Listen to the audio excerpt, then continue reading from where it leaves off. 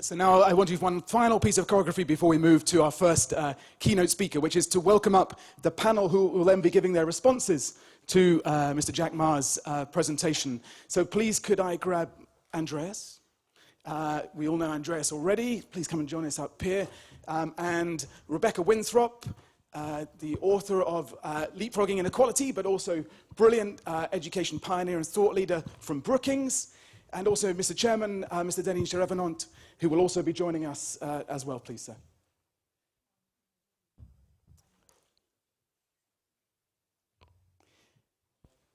Welcome.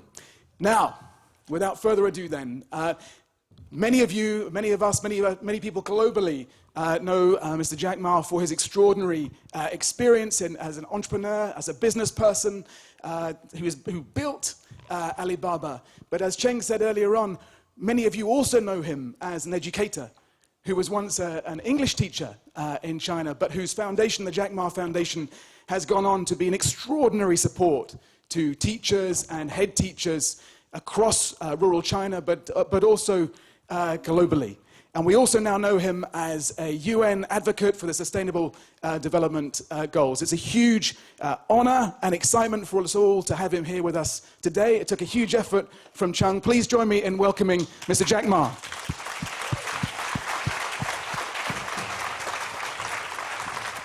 Thank you. Thank you. Thank you. Good morning, everyone. It's my great honor to be invited. And thank you, Chen, for your passion. Finally, I understand what does FWE means. Because I'm very touched by your passion. And thank you, OECD and Angel, for the PISA. And every time I discuss with you about education, I'm inspired. And I know there are a lot of things we should do, we can do, and we must do. And I think this time is the most critical period for the world to discuss the most important and critical topic. That is education. The world is changing so fast, and I think the thing that we need to change fast is education system. And I'm not the expert. I'm an amateur. I'm not a pro on the education. I was trained to be a high school teacher. I failed exams for entry university again. So after 3 years of hard working, I was accepted by Hangzhou Teachers College, which considered the 4th or 5th class of the university in China, but I think that's the best school I've ever heard, the bestest university in the world. And they trained me to be a high school teacher. And that time, only the worst students in China should go to the teachers. That's why the education had a big problem. But I'm happy to see the PISA result. China has a great result this year. And the world changed, as I said, in probably 20 years. 50% of the jobs that today we have will disappear. We'll create another 50 or 60% of the jobs, which we never can have even imagine. Where the education should be, and where our kids that should worry about. We all worry about ourselves, but we should worry about the kids, whether they can have jobs, they can survive in the next centuries. And what are the lives that we and our people and our kids should have? These are all the things that we should discuss about. And I said to China last year only have 12 million new babies born, which somebody said 17, but I think like around between 12 million to 17 million. China, in the next 50 years, were decided by these 12 to 17 million people. And these 12 to 17 million people, what kind of education system we give them, how we can improve them, that also influences the world. And I was trained as an English teacher. At that time, China just started to have English courses. We don't have enough teachers, English teachers, to teach English. So my teacher, she was teaching math. So in the morning, she went to learn ABC, and in the afternoon, she came to teach us. The thing she inspired me, she said, Jack, your pronunciation is better than mine. Most of the courses that I'm good at, all because the teacher's good. The teacher encouraged me to go ahead. And some of the courses, I had a terrible study result on chemistry, because my chemistry teacher does not like me. Those teachers don't like me, I don't work. If the teacher like me, I work hard. And I find most of students doing things like that. And from result of the test, I was not considered to be a good teacher, a good student. I always fail exams. The teacher said, this is, they write on the blackboard and say, this is what I taught. And when we take the exams, I have to answer exactly the same. But I think that is not true. So I always criticized, put at the bottom. But 20 years passed, those great students, my classmates in the primary school, middle school, universities, they still stay there and we're running fast. I never stopped studying. I think society is the best universities, and I enjoy that. A lot of people learn to work. And in the future, we should work to learn. We should continue to learn all the times. And I never got a one-day training to be how to be a CEO. My venture capitalist early days said, Jack, you should giving a CEO job to the others because you don't know how to be a CEO. And I said, no, I don't know how to be a CEO. But later I found I could be a good CEO because that's the skills that I learned from being a teacher.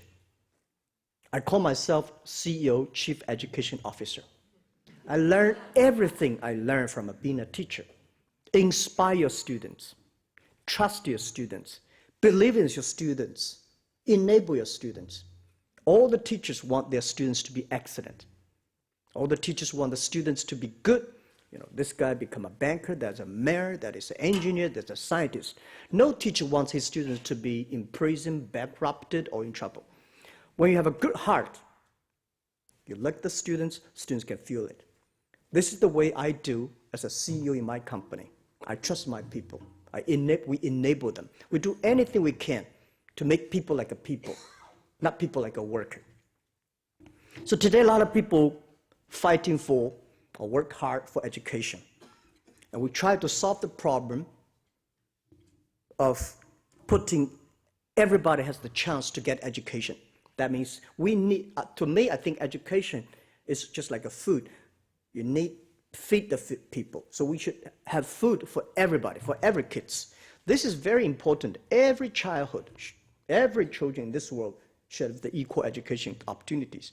But the other thing which is more important, what education we should give our kids, what food we should give. We know if you give terrible food, the kids will have diarrhea, have stomach problems.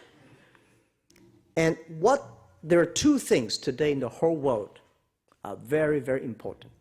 The first is everybody has a chance. Second, everybody should have a right education content. So what I believe that at the industrial period, everything we want to make standardization. But the AI period, we want a differentiation, make everybody different. All right. IT is to enable yourself. DT, the data technology, is to enable the others. The real fairness of education is differentiate. Make everybody, every kid have the right education that he needs. Make everybody be the best of himself. And I always think a school should be like a zoo. It's all kinds of animals. This is what I did in my company. I hate to turn my company become a farm, group of chickens or ducks. I want all kinds of animals. They're versatile. So, you can never judge, because we have a KPI. We should not give a KPI for a chicken, how many eggs a chicken will have, and put that KPI on a lion or a tiger. Lion, tiger, stupid. So we have to making sure the schools like a zoo and our company like a zoo. In the industrial period, we make the assembly line that make every people like a product should be same. Whether you're good, you're smart, you're stupid, this is the way that you do. You say the food you eat. And education become that kinds of assembly line. It's a disaster. Animal has the instinct. Machine have the intelligence. But human being have the wisdoms. In the digital period, we have to think very clearly, what is the difference between human and machines? If we worry about machine will replace people, because people and machine are too similar. If we worry about machines, that's the problem, not machine, the problem of human beings. So if you do everything on a standardization, it can be replaced. Unfortunately, I'm on the internet business. We know that if everything is standardized, if everything is logic, it will be a problem. We designed our own technology 15 years ago. At that time, we do not call it AI. We call AI Alibaba intelligence. We do not call it artificial intelligence. We find everything, if there's a logic. If there's a logic, machine can do better. If there's no logic, people can do better. See, sometimes we don't know why this boy loves that girl. There's no reason he loves her, or there's no reason she loves him. But they're loved.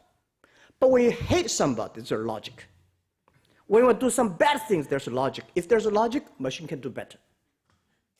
And what we did in our company is that we teach machine to arrest, to catch, to find all the bad behavior of people, arrest the bad guys. Because we have so much money transaction every day. People try to steal money. When you have a plan, when you have a logic, machine can do better. So, I think in the digital period, if you focus too much on standardizations, you will be replaced by machines. Human beings have to do the things that should be creative, constructive, feelings that machine can never be replaced. If a machine will never embrace the change, human being can change. Machine will never continue to learn like a human. And if we try to live like people in the past century, it's going to be a disaster.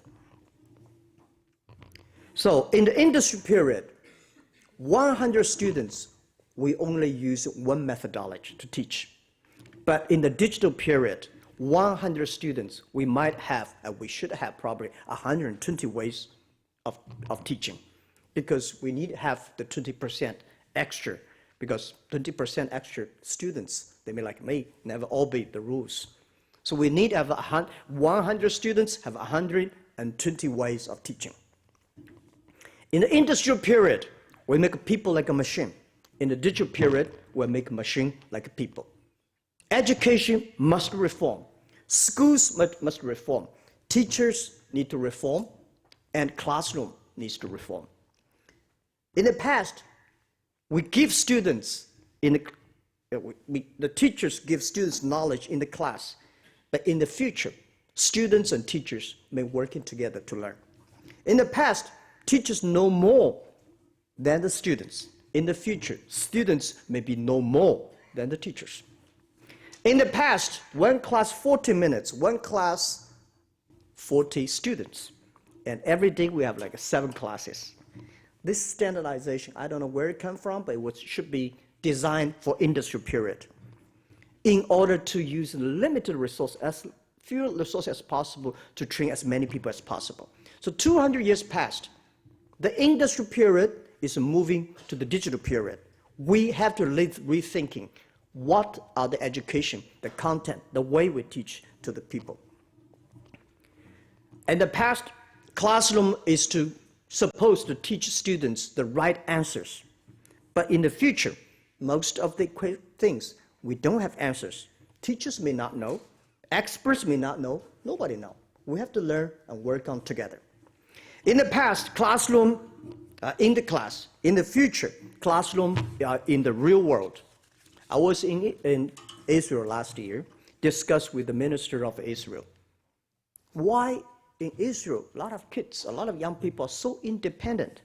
He told me, there are a lot of kids, they have to go to the remote areas, mountain areas, to learn how to survive.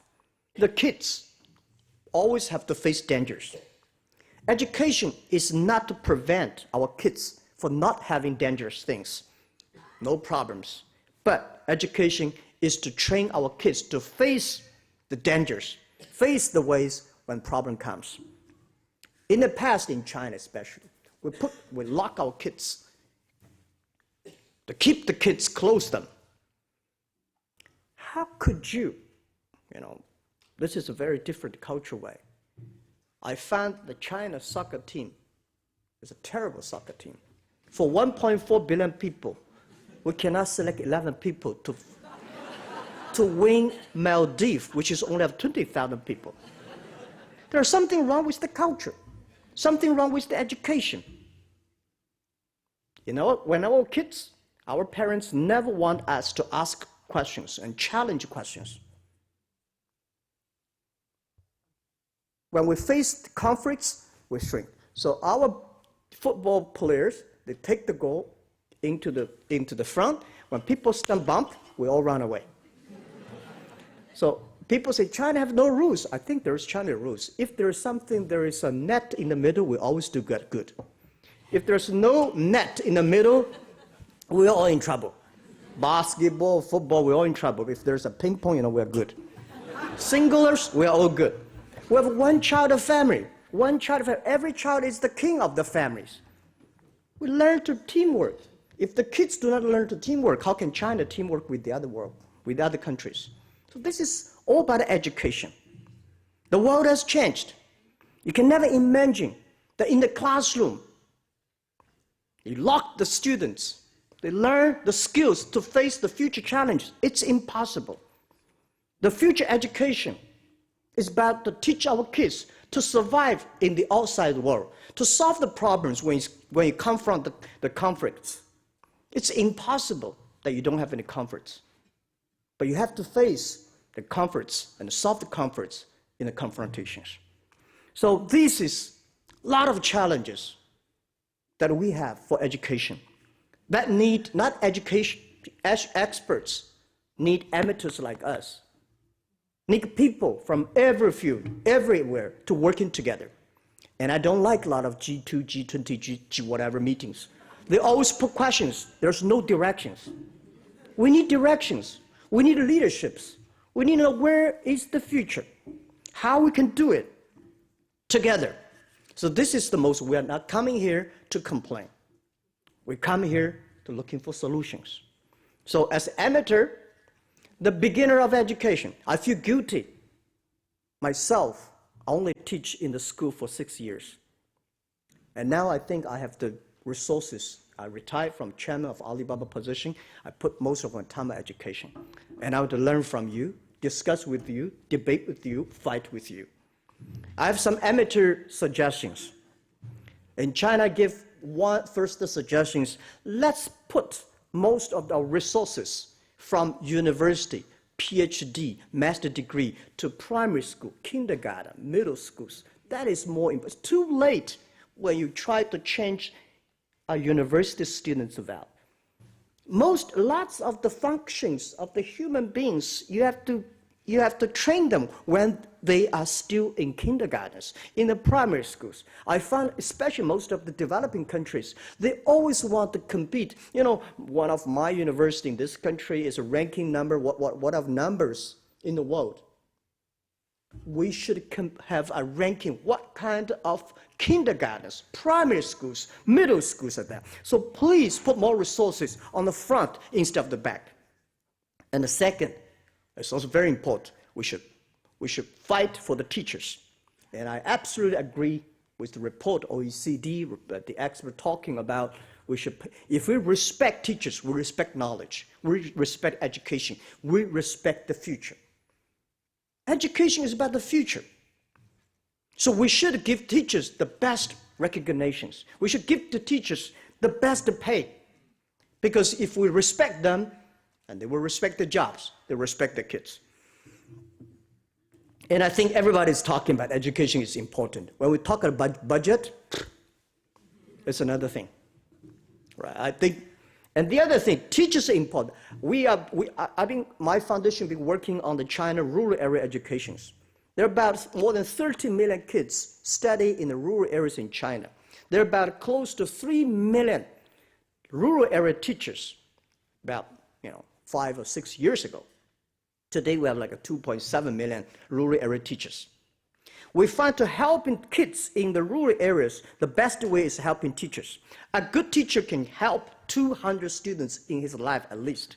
If you cannot inspire the teachers, how can they inspire the kids? So we do a lot of work. Finally, we find a lot of teachers give up teaching in the rural areas. You know what? Because they don't, 60% of them give up jobs because they don't like headmasters. They hate their headmasters because none of the headmasters got a one-day training how to be a headmaster. And this is the problem I found in many, many areas. These teachers have been there for teaching for 10 years and become a headmaster. They don't know what is accounting, what is leadership, what is... Headmaster is supposed to be the minister of the village, of their local towns. So we realize that we should focus on headmaster. A headmaster can influence 100 teachers. A teacher can influence 200 students. That is the system. And what a minister of education is supposed to do is should make policies to enable headmasters to do a better job. Headmasters should do better jobs to enable teachers to do a better job. Teachers, and then they should spend in time to inspire the kids. And we should, with the technology revolution, we should inspire and encourage more excellent. Those people who have knowledge does not mean he know how to teach, right? Michael Tyson's boxing training, if they have competition, I don't think he has a chance to win Michael Tyson. It's the people who inspire, the people who know how to teach. So we should focus on that. And the third is that we need that quickly change the KPI of education, not test results. We have to change the test, the formulas. If we think examination is the only way, the standard for the education, if that is the key KPI, I don't think education will go to the right direction. So I asked a lot of high school students in China, what's your hobby? What do you want to do in the future? I said, I don't know. He said, I don't know. I just want to go to university. Why do you want to go to university? I don't know. I just want to go to university. That is the problem. Many senior high school students, they don't know what they want to do. They just want to go to university. Because they think university is the guarantee of jobs. From my 20 years experience in Alibaba, we find most of the universities, when they graduate, we have to train them absolutely, totally different. University does not mean you will guarantee the jobs. We don't hire people from Harvard, MIT, because they're Harvard, they're MIT. They have the way to learn. We hire those people because they're ready to learn. They want to change. They want to create. They want to learn all their lives. We hire them. Not because, for me, those people got a master's degree or doctorate degree. It's just the receipt of the tuition his father paid. The real master degree is when you finish, you get the degree and start to fighting for your life. You prove when you're 70 years old or 80 years old. I don't care whether you're a PhD. We got a lot of PhD. We have more PhD today than we can imagine. Does the world change a lot? No, not necessarily. We need people really think. Life school, the school of the society, the school of the world is a real education. And the training is that make people learning all their life, make people have confidence for the future. And next thing is we need to teach our kids with 3 Qs. The education is not to make kids love learning. And we have to teach our kids learn to love. People pay extreme attention to IQ, to EQ. If you want to be successful, you should have very high EQ. Easy to get along people with you, people support you. But if you don't want to lose quickly, you should have good IQ. Smart people, they know how to play. But if you want to be respected, you should have the LQ, the Q of love. The Q of love is from your heart, not from brain. The brain will be replaced by machines. Machine can never replace your heart. Machine can only have chips. Human have the heart, and the heart is where the love, where the wisdom comes from. So, and also we think that all the kids in the future should have a global view, global vision, and full picture vision, and future vision.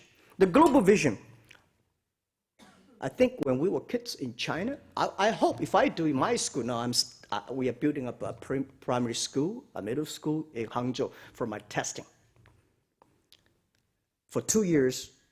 I'm very happy about the result. But one thing I want to do in the primary school, I want to, every kids in the primary school have at least 1,000 Oriental stories, 1,000 Western stories. For our kids, they should never separate the West and the East. To them, you should never start to train them when they are senior school or university. They say, oh, this is Western history, this is Chinese history, this is Western religion, this is Chinese religion, this is Chinese history. That's very complicated. Kids should learn the global vision, respect the world, respect the other race, respect the other culture, respect the other religion. When every student, in every country, every school, they should learn from that. Instead of when they grow old, they have a conference. The conference world today, results of the education system, the things we teach our kids. They feel proud for my race, they never respect the others. They're proud for their religion, and they never respect it. I was in one country, people challenging me. Jack, Israel, your Chinese Buddhism, crazy, this. I said, sir, have you ever read one book about Buddhism? Or one book about Taoism? One sentence or one article about Confucius? I said, no. I said, I read 7 times of Bibles. And I respect. I know where you're from. But you don't know us. How can you don't know somebody and criticize? If you want to criticize, better start to learn. And then we should have a vision of full picture.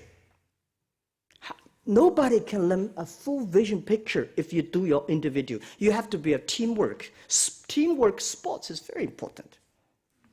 Otherwise, I don't think China have hope for the suckers. And last vision, the other vision we have is a future vision. We have to solve problem for future. Today, the world focuses too much on solving today's problem or yesterday's problem. Let's think about the future. There is only future. And how can you solve the future problem? The future problem is human being, machine are very alike. I'm happy to see China is good at the math, reading, these skills very important. But the other important thing is how can our kids to be more creative, constructive, and productive, innovative. That is, teach arts. I think dancing is important, singing is important, painting is important, sports is important. My school, I don't force people to learn afterward, but we force people to learn arts, sports after their schools. So every child, when they come to the world, they're just building up their own business. Like an entrepreneur, it's a startup. A startup, you learn to work with the others. You learn to solve problems. You learn to get support and get help. And I think in the future, what kind of people we want to be, how we want to be, what kind of life we need, that decided by education. What education today we're doing is design the future of human beings. And what people today design the education of tomorrow. So my first job is a teacher. And I hope my last job is working together with you. I'm doing something on the education. I'm an editor, but I want to learn. I want to learn from you. I want to debate with you and work with you. Let's find a solution for the future. Thank you so much.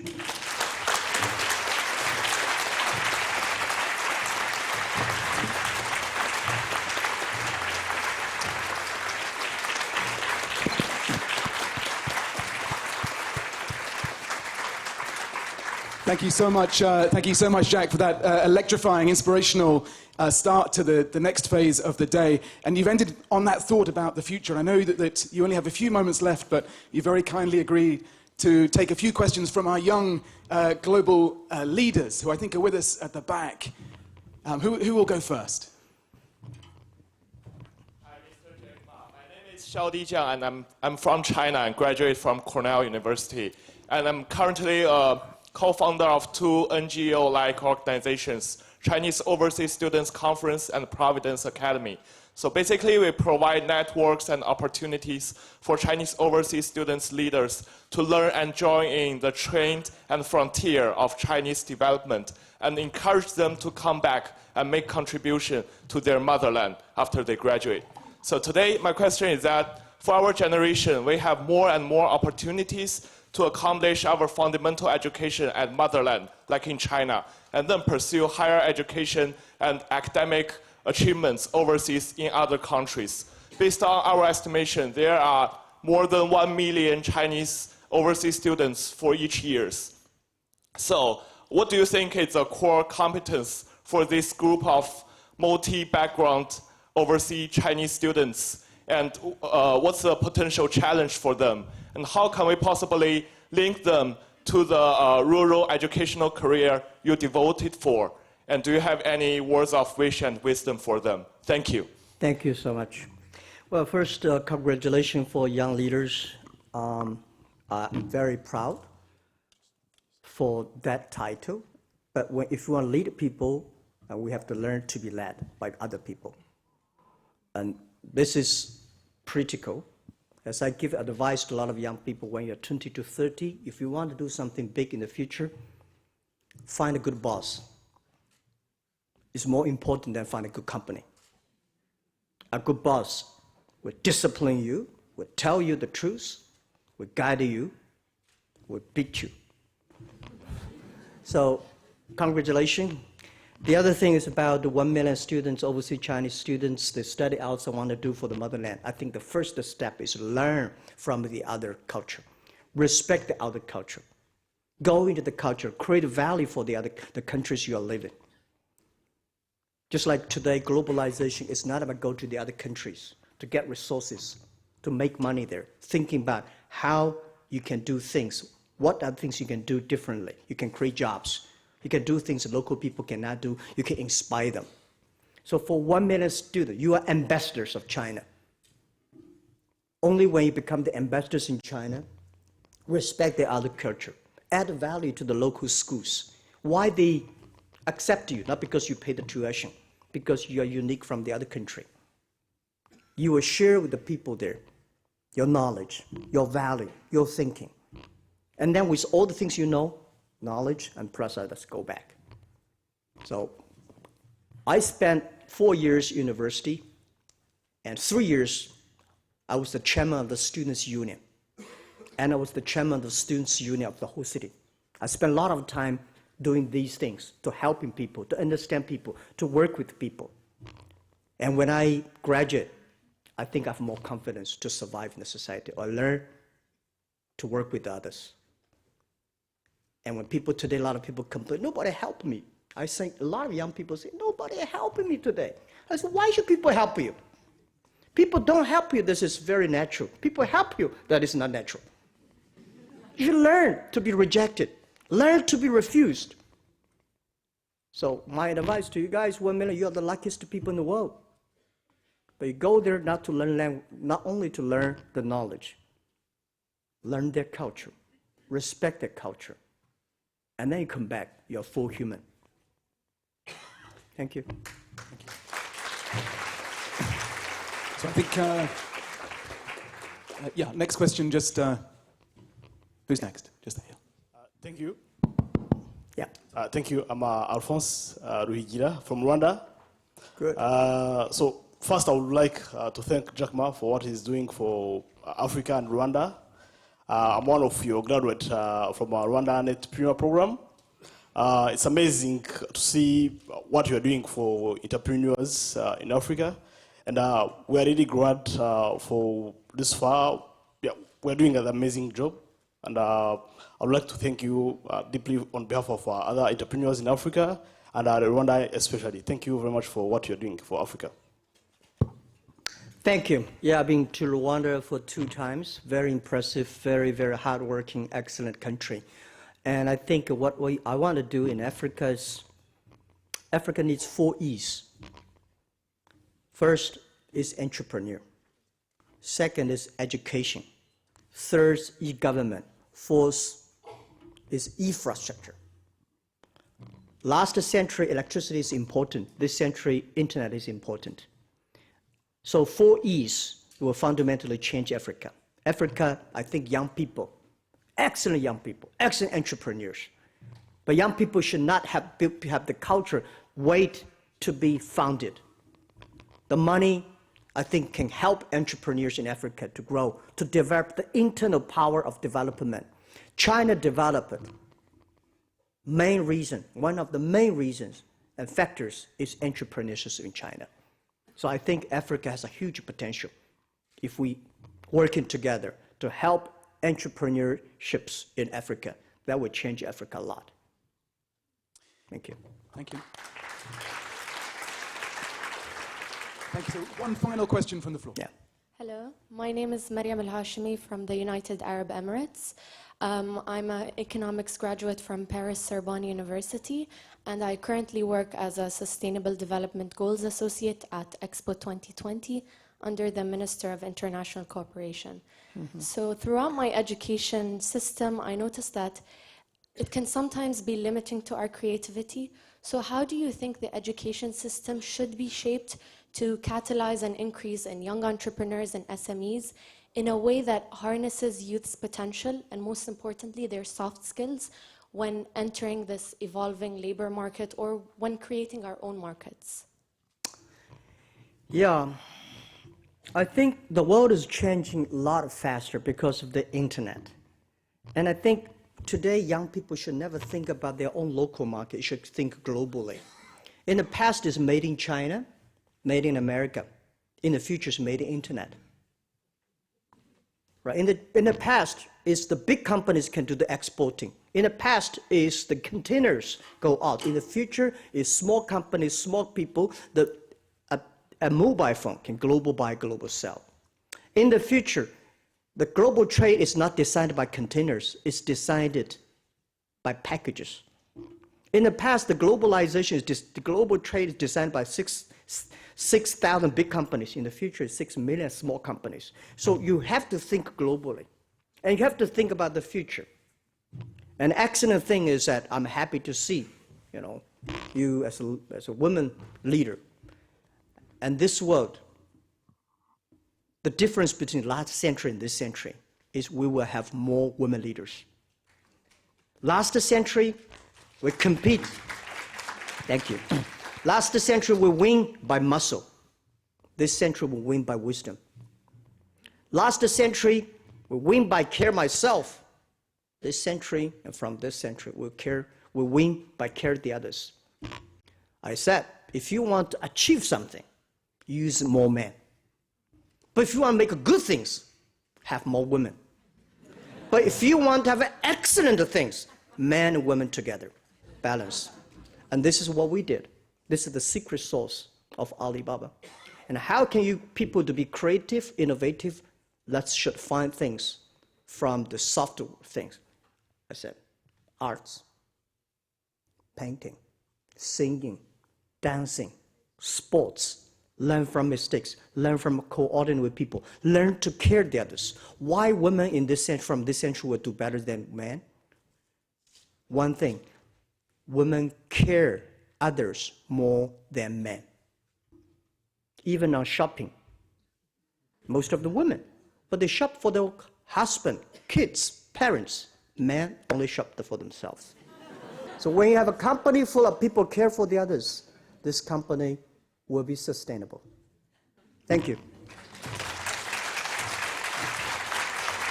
So, thank you so much, Jack Ma, for inspiring the rest of the sessions, but for reminding us that if the machines are going to work for our kids and not the other way around, that we need learning of the head, hand, and heart. And thank you also to our young global leaders for participating in that session. Thank you very much indeed.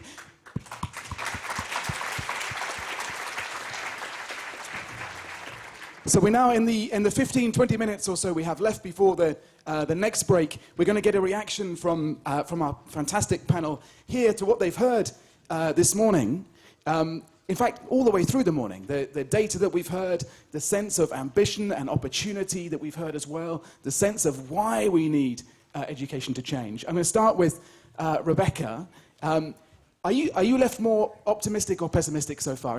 Are we going to leapfrog inequality? I just wanted to say thank you to Jack Ma because his comments were actually quite radical.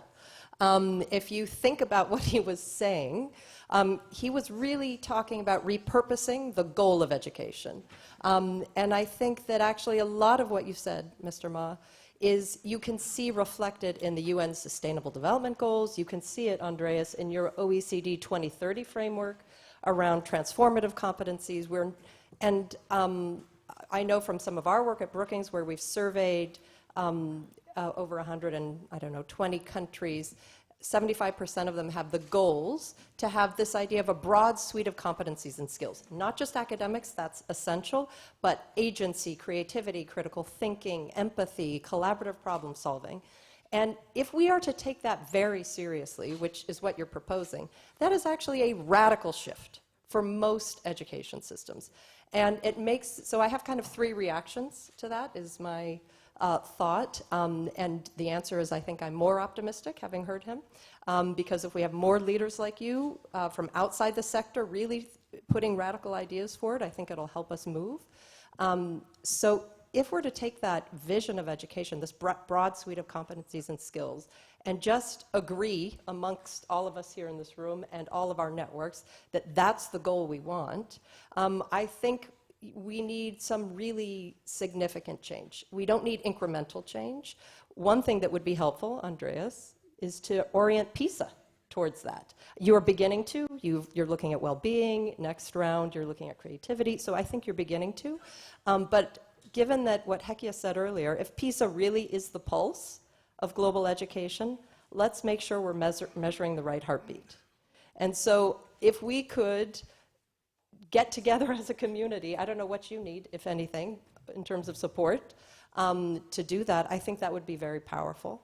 The second thing I think we need to do, and again, some of your suggestions were quite radical in terms of not, we've actually had incredible achievement in education over the last 200 years.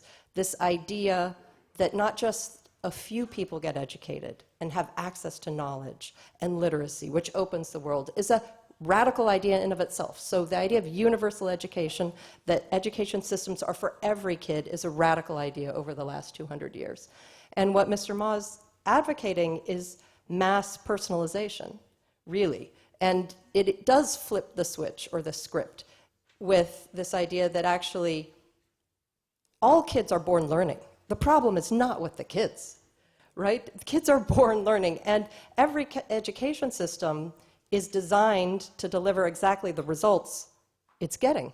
I mean, that's the principle of design theory. So you have to think much more creatively about the incentives within a system and how to put the pieces of the puzzle together differently. And one of the things we've been working on at the Brookings Institution is this idea of leapfrogging in education, which is what are those innovations or different ideas that can rapidly accelerate progress. And there's lots of innovations out there. We looked at 3,000 across 150 countries, and there's lots of really good innovations that are just going to make marginal change to a system. They're incremental supports on improving third grade reading, but there are some innovations that are quite radical and would help spur sort of a much quicker pace of change towards this goal of broad sets of competencies. Things like doubling down, yes, you advocated doubling down on teacher professional development, not only in content knowledge, but pedagogy and teacher motivation, incredibly important. But I would say we should go a bit further. One of the things that we saw for those innovations that really are leapfrogging is that they are tapping the expertise and love and care of people all around children. So teachers pairing with artists and doing maker spaces. Teachers pairing with just youth leaders who can help change the school climate when you have really sort of burdened and frazzled teachers with lots of kids. Teachers pairing with business leaders and doing experiential learning, community leaders, faith-based leaders. So this idea of accessing the community. You know, a lot of those resources are laying fallow, not in everyday life, but in terms of our education system. And that right there, if you could, you know, much more quickly, one of the things we argue is diversifying people and places, not replacing teachers,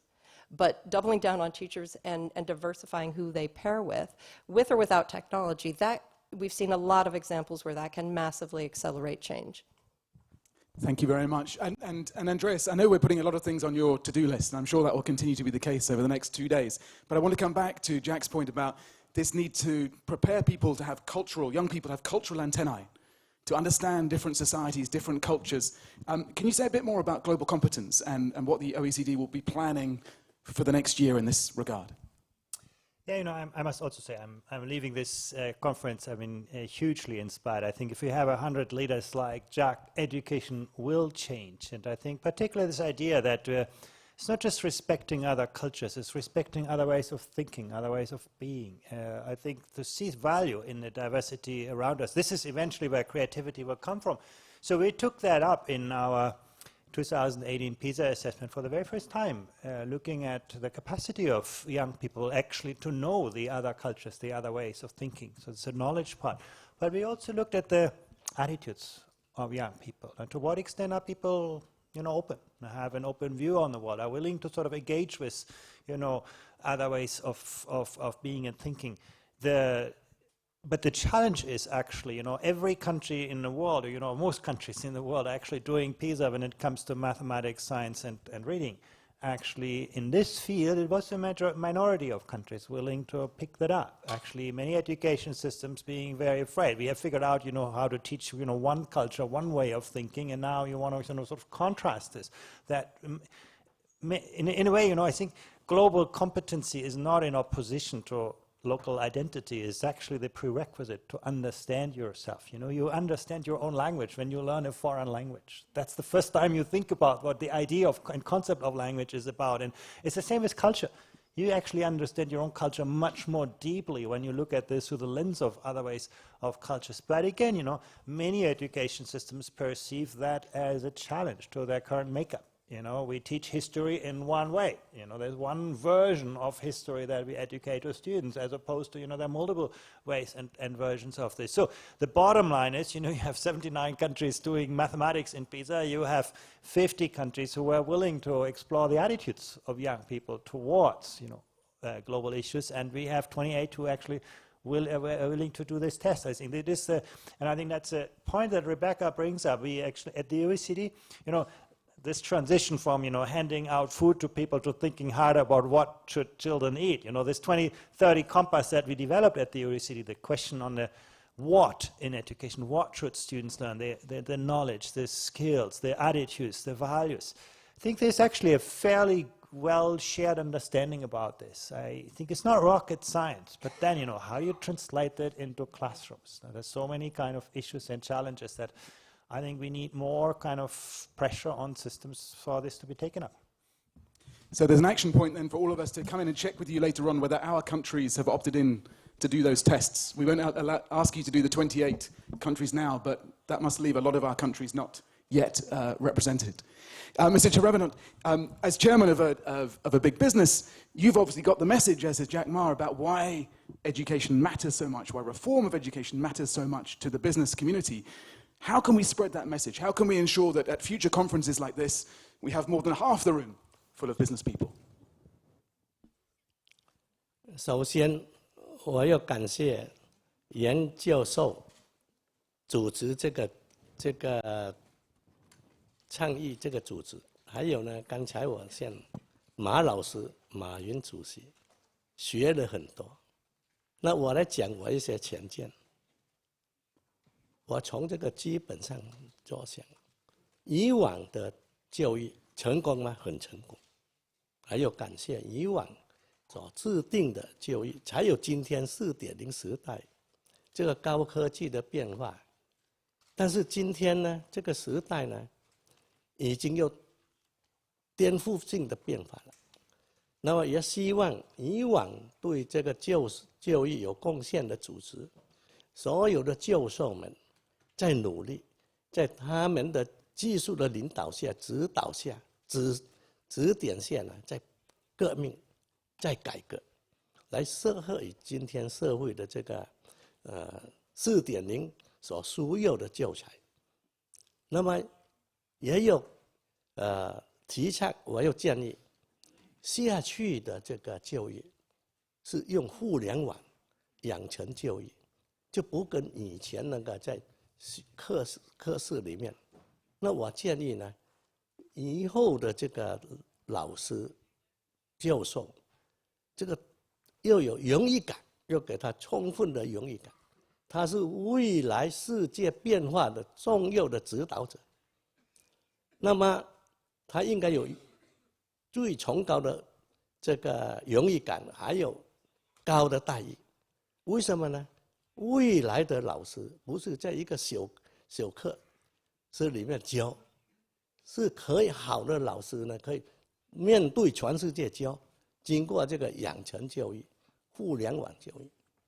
所以这一点呢，我是一个建议，说应该是从这个方面呢去怎么样去培养好的老师、好的教授，来为未来的人类，为未来这个革命性的、创新性的、颠覆性的这个高科技也好，这个商业组织领导的这个进步而更努力。还有呢，我建议不但是学校要改革，政府部门也要改革。政府部门要改革，法律也要跟上现代化的变化，否则呢也会影响整个这个发展。那么在教育方面呢，我有一个小的建议，就是应该给学生要知道，除了培养他们有高科技、生物工程啊、智能啊，各方面，更重要也要培养一些学生会懂得用这个现代化的这个创造来作为一个工具，来对他个人的生活、对一个公司、对一个企业，特别对企业家，我们是这个以前的这个老的做法的这个事业，现在是虚拟事业。那么怎么样用上高科技来为我们这个实体经济来改革、来创新、来跟上这个马云这个互联网呢？就是刚才讲，我们将来可以创造千万位小老板，不是几千位，而世界最大的几百位、几万位是几千亿、几万位这个新的年轻人的，就经过这个互联网，可以把他的产品销到全世界去。所以未来的这个事业呢，这个生产量会几十倍的成长。所以我是建议，学校不但是培养这个高科技人才，也要培养懂得用这个高科技作为工具，把它用好，来使到这个企业方面呢，也有一个大大的跟上这个4.0时代，一起进步。这个是我的这个浅见。Thank you very much indeed.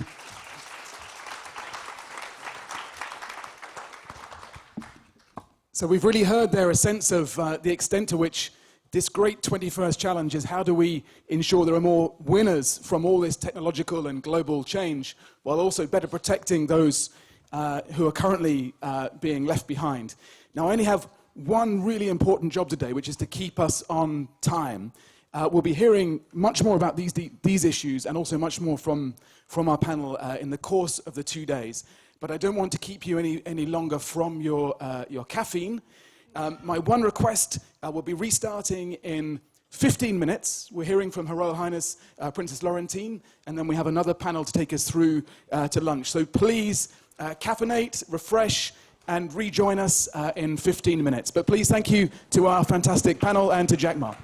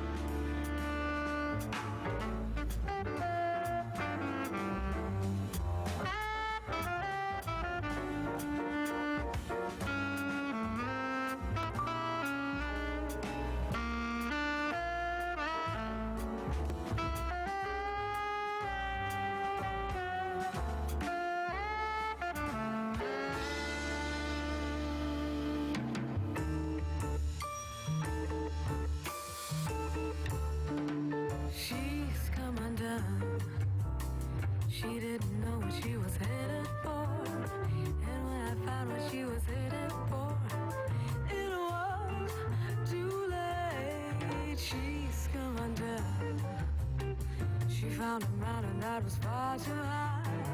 And when she found out she couldn't fly, it was too late. It's too late. She's gone too far. She's lost the sun. She's come undone. She wanted truth, but all she got was lies. Came the time to realize, and it was too late. Undone. She didn't know what she was headed for, and when she found what she was headed for, mama, it was too late. It's too late. She's gone too far. She's lost the sun. She's come undone.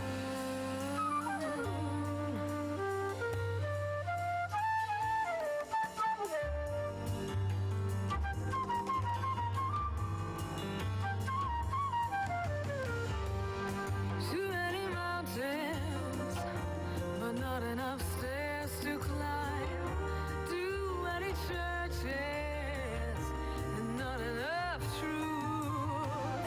Too many people, but not enough eyes to see. Too many lives to lead, but not enough time. It's too late. She's gone too far. She's lost the sun. She's gone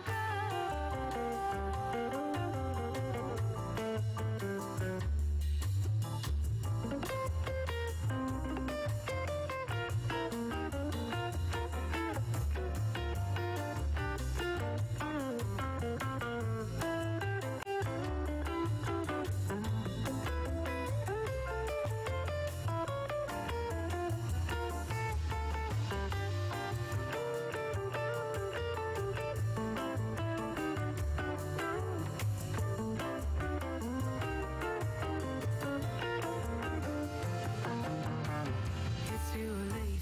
She's gone too far. She's lost the sun. She's come undone. She didn't know what she was headed for. And when I found what she was headed for, it was too late. Undone. She found a mountain that was far too high. And when she found out she couldn't fly, mama, it was too late. It's too late. She's gone too far. She's lost the sun. She's gone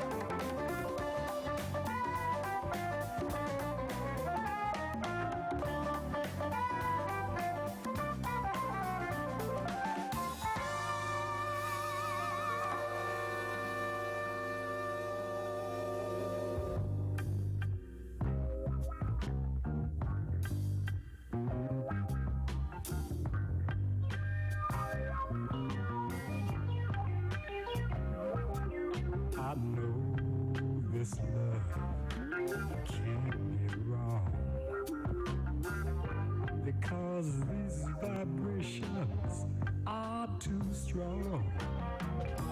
You move and the room stands still.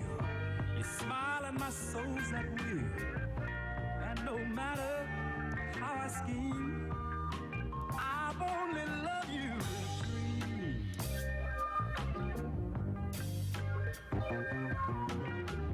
I know this love must be right, because no one loves you like I do at night.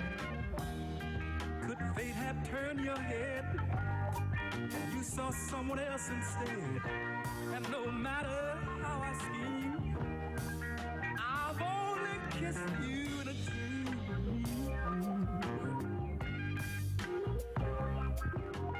I know this love was made to be. I know this love was made for me. I know this love was made for me. When I hear your name, when I feel your touch, these sensations are just too much. When you glance at me and I shiver, believe me, your message has been delivered. I know this love can't be wrong.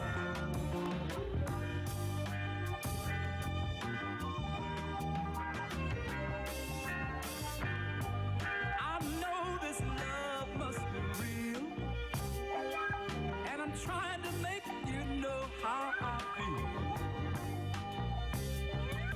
When I hear your name, when I feel your touch, when you smile at me, when I hold you,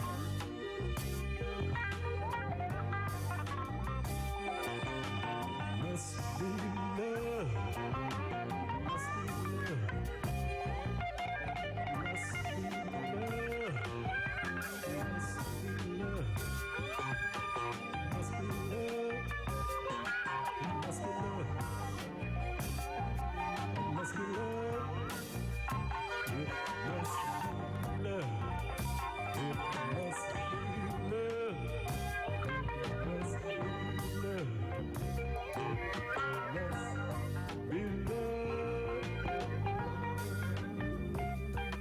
FIP Jazz.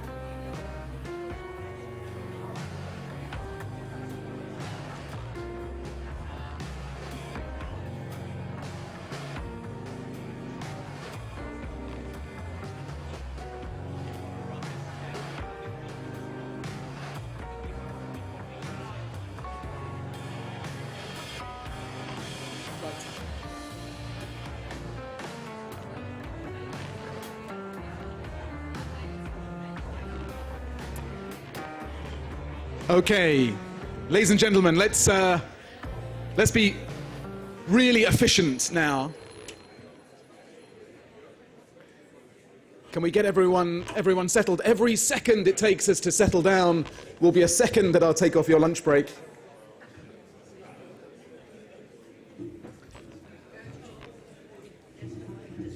Exactly. Strict discipline from here on. Right.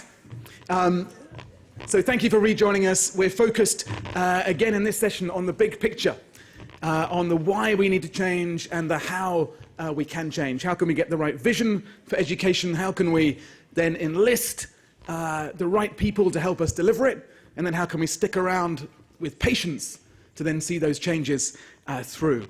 And I'm delighted that to kick off this session, before we move to another fantastic panel, we have Her Royal Highness Princess Laurentine, who is the UNESCO Special Envoy on literacy, but also has been a huge champion of child participation and emancipation. So please join me in welcoming Princess Laurentine to the stage. Thank you.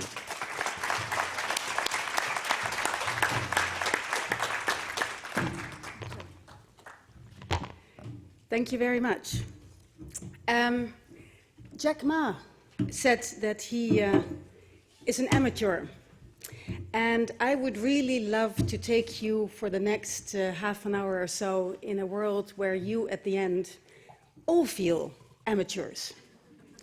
And where I feel that, and where you are champions of knowing other innovators in education, adult educators, that everyone feels amateurs.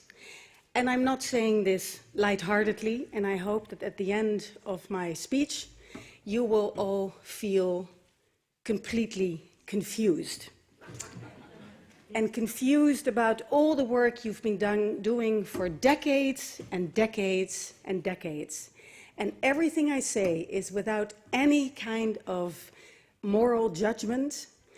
I stand here as a 53-year-old, having worked on literacy and on education for many years, and I am slightly ashamed of myself that we failed our students as adults.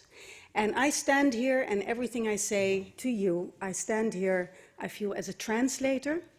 I stand as a translator about the insights of young people. I'll share in a moment what my specific insights are and credibility about this, about the insights of children and young people and the insights and the kind of thinking of adult policymakers and how to translate what children really say, what they really mean and what they really feel, not as focus groups, but as real insights into the policy interventions that we can make.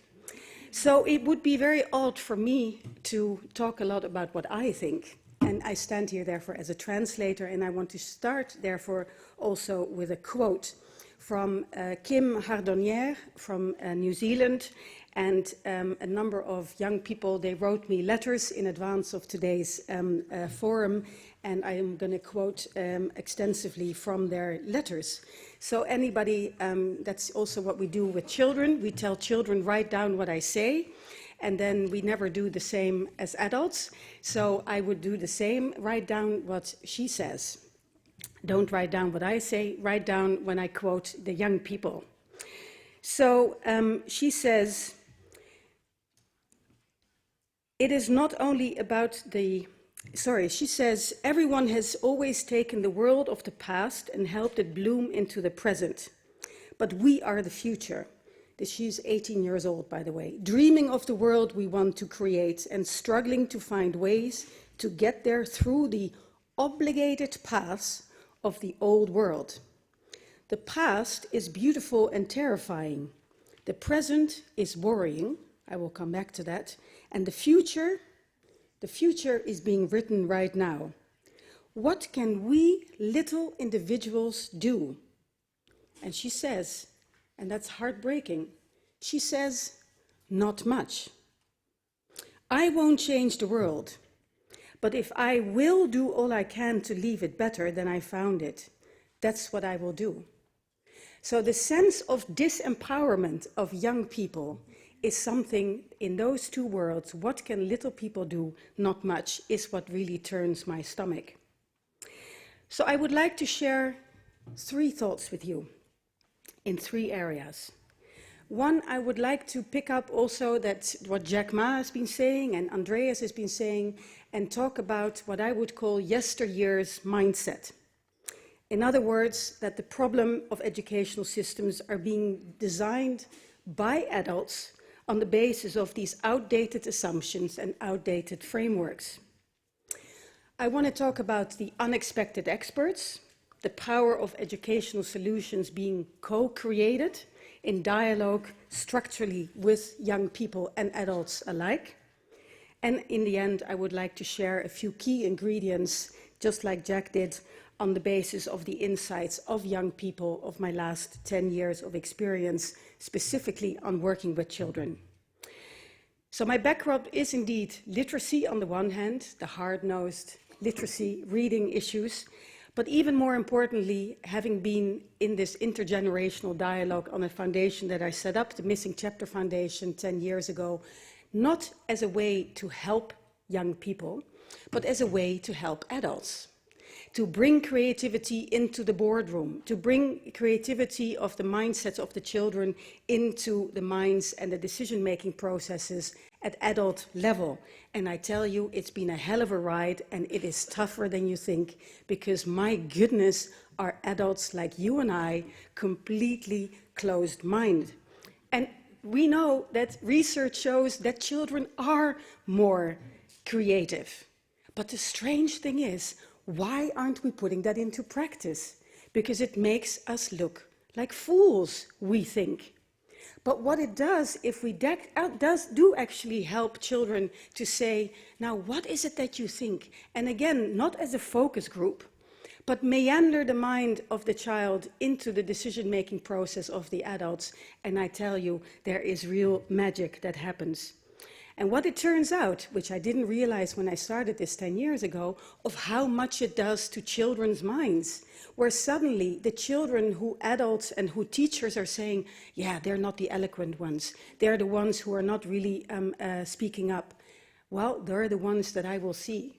And in the end, when you let them to do free research, let them do free thinking, they're the ones who blossom and who will come up to you and they will say, finally, I was able to say what I think.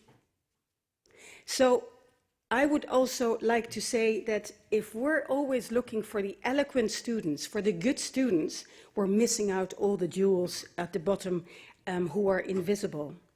And I'm currently undertaking, and I would invite anybody to come and join this, a global study with the help of the Chen Foundation in China to do a global study. Where are the good examples of child participation in the educational system? And I would love to do this together with the OECD, together with many of you, and to actually say, where are the examples? And the failures are also the good examples. So the first few thoughts that I want to share is about this yesterday's mindset. And it's been touched upon, so I will run through it. But again, just to highlight this, when you and I were growing up, and I would like you to go back to your childhood and to actually, because you are the world leaders on education, you are leaders who can take this thinking further. We have to admit that when we were growing up, the world was less complex, it was less connected, amongst many other things. So when you and I were growing up, we were different children. The world was a safer place, we felt safer, and we were less informed. We were less aware about the environment. We were what adults still call today's children, they call them naive. We were naive. Today's children are not naive. Because the world that we make in our lives is in their iPhone 24 hours a day, and it keeps them awake at night. 1 in 3 in the Netherlands, supposedly a place with the happiest children in the world, 1 in 3 young people are in too much stress over social media. So in other words, that world is constantly in the minds of children. They are not naive. Can we skip that from our vocabulary?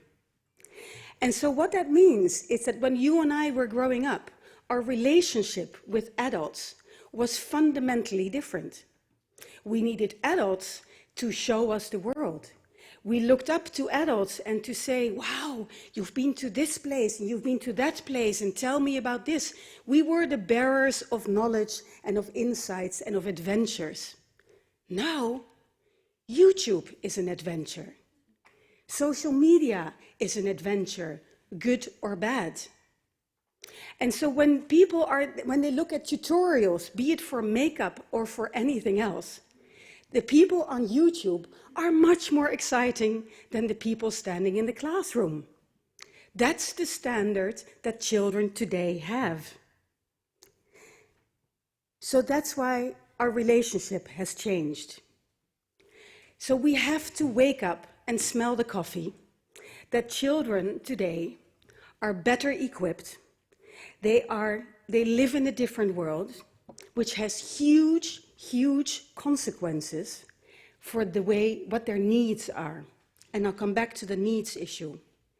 And yet, as was established this morning already, the educational systems are designed with what I call this yesteryear's mindset. And they're still based on the wrong perception of who children are and what they are. And when I talk about children, I obviously talk about young people.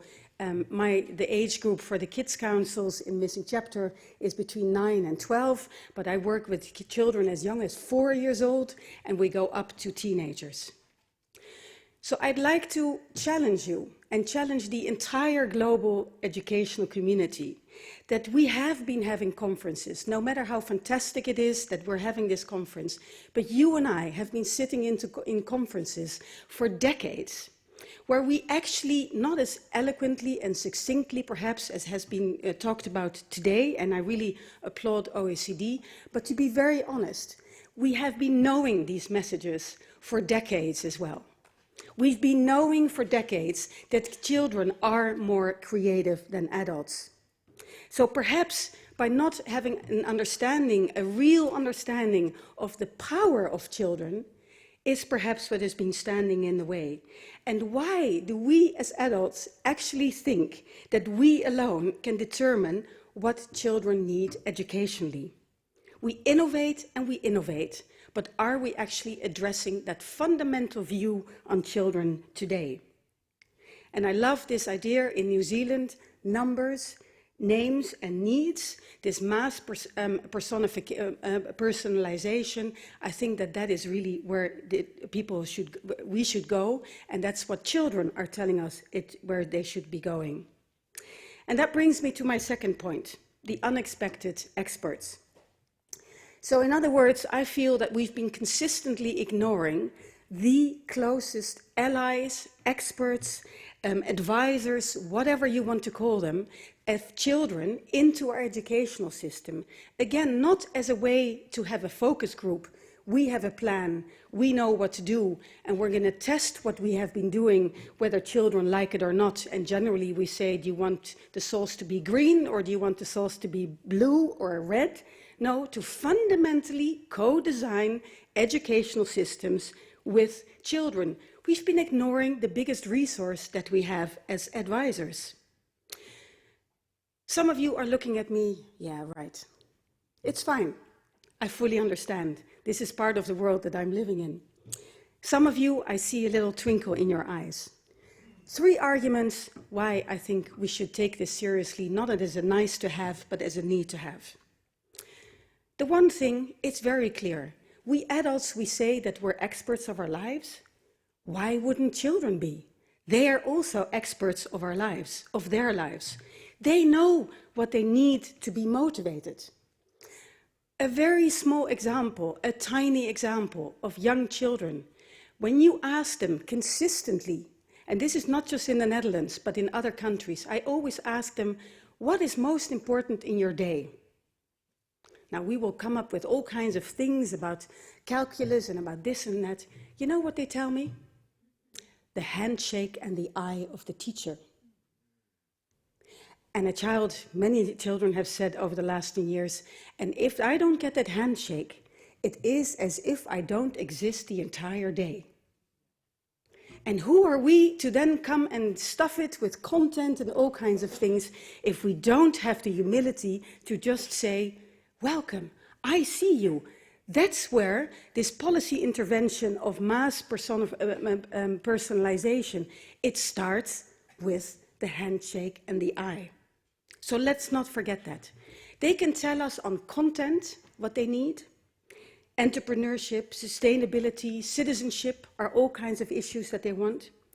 They can look at the approach, and one of the key elements over the last 10 years that I've learned, if there's one word that I want to convey to you, what they feel and ask for, it's autonomy. Autonomy. But again, we have to let go of our old-fashioned adult thinking, we know best. I'll come back to that. And finally, they say, we want certain skills. So they have all the insights. They want social skills. They want collaboration. They're the best advisor to OECD. They come up with similar ideas where they say, we want to know how to move in the world. So that's the first reason. Children know very well how to motivate, what they need to be motivated. And the second one, which is very interesting, that is so often forgotten and overlooked. We have a convention that is the most ratified convention in the entire world. In the entire world. And it's the UN Convention on the Rights of the Child. And there's one article, the Kids' Rights Index, which looks at 190 countries across the globe every year, looks at the implementation of the Convention of the Rights of the Child. And interestingly, the one article that is least implemented, in fact, not implemented in any place structurally, it's Article 12. Now, I know that maybe Article 12 is not what you have for breakfast, but Article 12 is child participation. And it says, children have the right to express their opinion freely and to have that opinion considered in any matter or procedure affecting the child. Now, what a shame. How come in the educational system this article is not consistently applied? And here we are, adults, always thinking that we have all the answers. So that's the second argument that I hope for some of you will actually say, wow, yes, Article 12. If there's one thing that I want to do in life, is to be the bearer of the Article 12 and bring it into the world of adults and policy making. So the third element, which I think is incredibly important as an educational system, because an educational system is of course not a school environment. That's how we used to design it. That's how the Millennium Goals were. We had quality education, access to education, also important, but it's about the quality. And it doesn't start and stop at the building or at the classroom. Education is learning broadly, as was also mentioned this morning. So when you take it to children back to the iPhone into their world the entire day and the entire night sometimes, they are truly concerned about the world around them. Now, one of the things that turns my stomach is how some of the adults are responding to the climate marches of young people. We dismiss them. In my country, for example, where they say, you know what, all they want to do is skip school. Well, that's a double wake-up call. Apparently, and that's why we need translators like yourselves to say, no, one, it says a lot about us that they want to skip school, and two, they are taking millions of children. They actually are serious about it.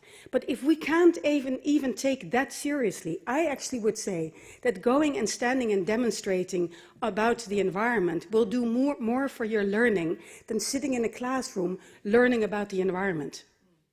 And it's not an either or.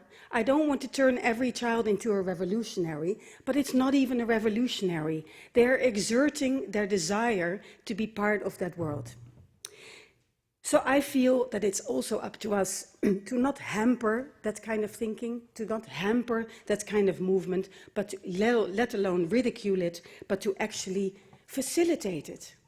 And not as a little school outing, but to actually say, and you know this more as well, that pedagogically, it says you cannot learn about citizenship, you have to experiencing it. Well, children are making it happen every day, but we're not looking, and we're actually blind to that force. The last one is, again, I want to make the point before I move to the last point on this experts.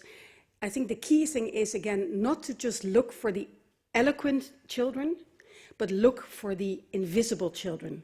Look for the children who are maybe not doing so well. Not every child who has been failing and failing can become a Jack Ma, but even Jack Ma wouldn't want every child to become Jack Ma. But we're always looking for the Jack Ma's, no matter how much we love him. But we need to look for who are the invisible and unknown children. And time after time, I see that they're being stigmatized. And finally, very importantly, as a third argument, is that co-creating that school environment and educational approaches with children creates a sense of co-ownership. And we know in education that co-ownership is crucial to learning. It improves the motivation and it improves the outcomes. And we know how important that is. How to put this into practice? I can talk, but I won't do that for many hours about this, because it's been a journey to actually make that happen. It's not easy. Participation, co-creation is a messy, it's chaotic. But now that we know that schools should be zoos, I think chaos is a good thing. So 3 thoughts on how to put this into practice. 1, it's about mindset, it's about processes, and it's about roles. A mindset, very, very simple on paper for adults. Take children seriously. Full stop. Can't make it any easier than that. But taking somebody else seriously, who you think knows less experience, all these kind of things, it's actually about ourselves. To take somebody else seriously who is half my size, who hasn't been around for all these years, actually says, you know what, who am I? Who am I? I have a title, you have things, you are important people, let it go. So taking somebody seriously is letting go of your own ego. Not so easy. Because the educational system has been telling us the higher you come and the higher you go, the more successful you are. And now I'm actually telling you, you know what, the higher you go, maybe the more little you become. The second one has to do with this chaotic, the chaos of participation. Usually what we do, so this has to do with the second point of process.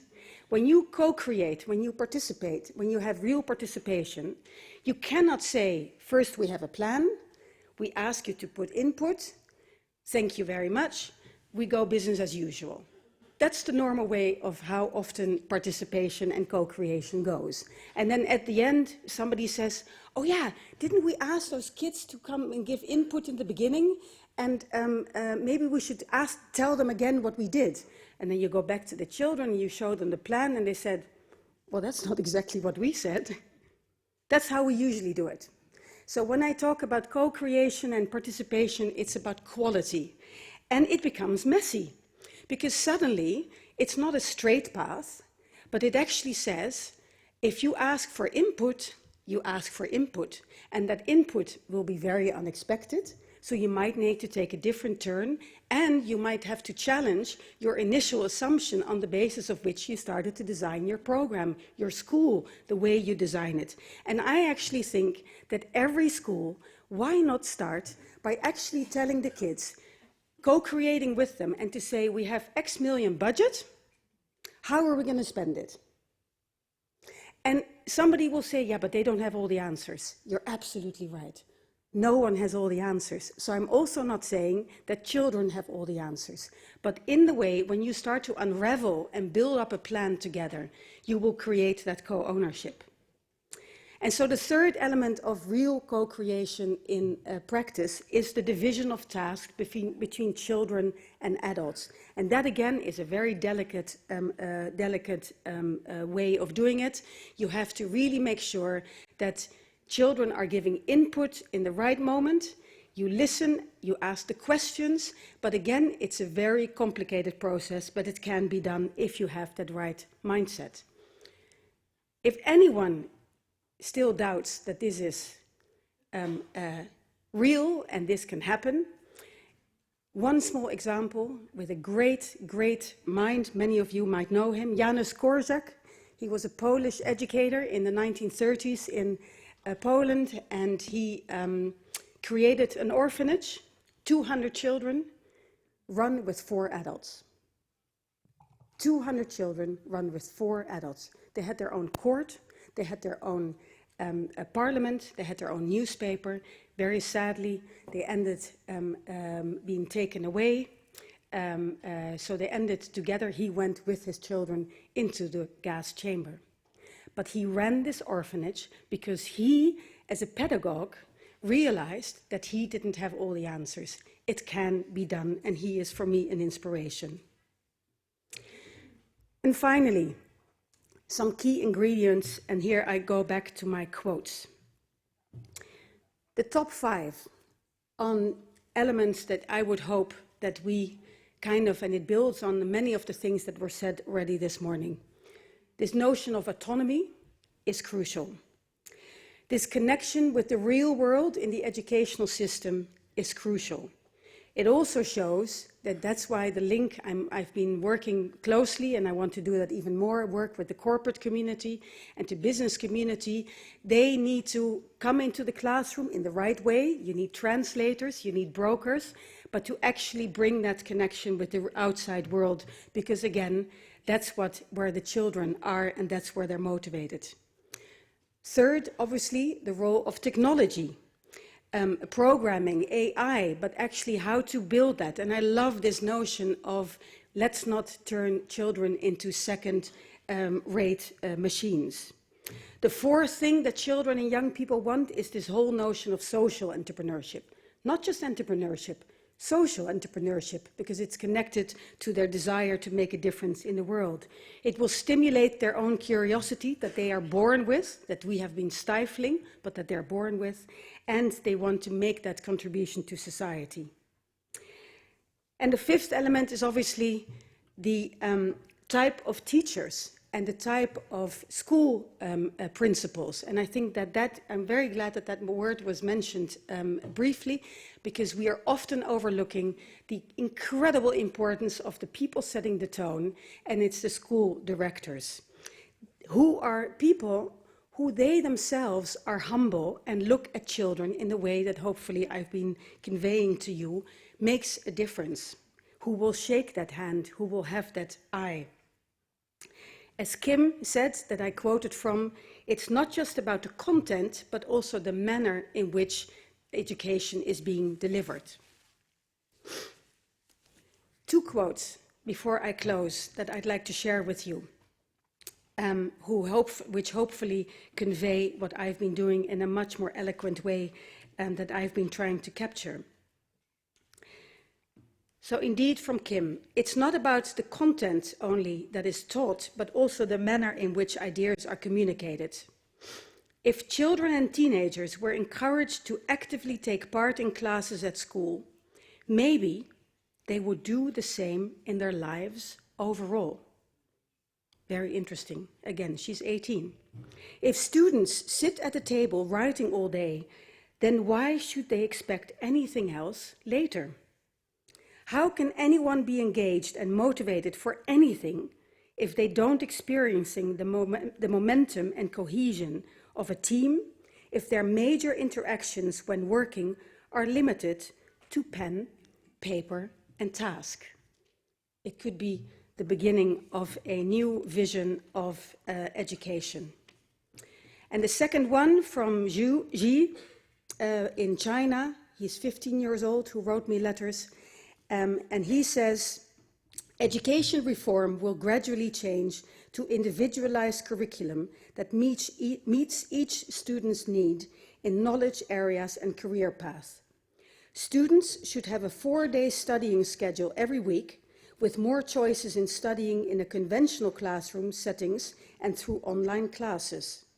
For the other 3 days, this is what I love about young people, they're always so precise. For the other 3 days, they will learn from real-world practices by participating in apprenticeship and internship programs that specialize in their preferred areas. Students will become more and more creative and more motivated, and AI teachers are just a group of mentors who give guidance and advice for students' self-learning process. That's a 15-year-old advice. So I hope that you will become as passionate as I am about the insights of children. I think you and I and anyone involved in education who is above 18 years old should get out of their ivory towers and to really start listening, to innovate together in a qualitative manner, not as a focus group, to continue the way we have been. It's hard work, but I can tell you, after 10 years of experience, it is life-changing, also for me as an adult. It's the one thing that keeps me sane and not believe in anything that I've been achieving as an adult, but to just be a translator. There's nothing more satisfying than to become a listener and the one asking open questions. And that's when you start learning every day. My next dream is to structurally change educational systems on the basis of co-creation with children and young people.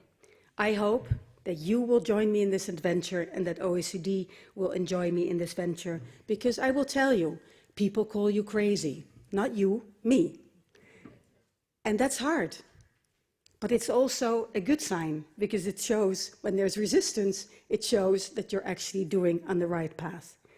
And I believe I'd like to quote and end with a quote of a 12-year-old when I started unraveling notions like innovation and leadership with young children. And we started unraveling leadership. And after all kinds of meandering, we make wonderful big mind maps. And children said, you know what, it's funny, nobody's perfect. Children understand nobody's perfect. That's the starting point. And little by little, we started coming up with a new definition. They came up with a new definition. And there's a lot of verbs in this definition, but it's a new definition of leadership that I think will need to go with this kind of mindset. And that is, as the children said, leadership is learning to let go of thinking you always have the answers. I'm going to say it once again, because there's a lot of thinking. Children say leadership, because nobody is perfect, and yet you and I are pretending as adults to always have to be perfect, because that's what we think our KPIs are. Leadership, and that's what I close with, is learning to let go of thinking you always have to be the best and to always know the answers. I hope that that is what you will become as translators of the worlds between children and adults. And do not forget to give that handshake and look children into the eye. Thank you.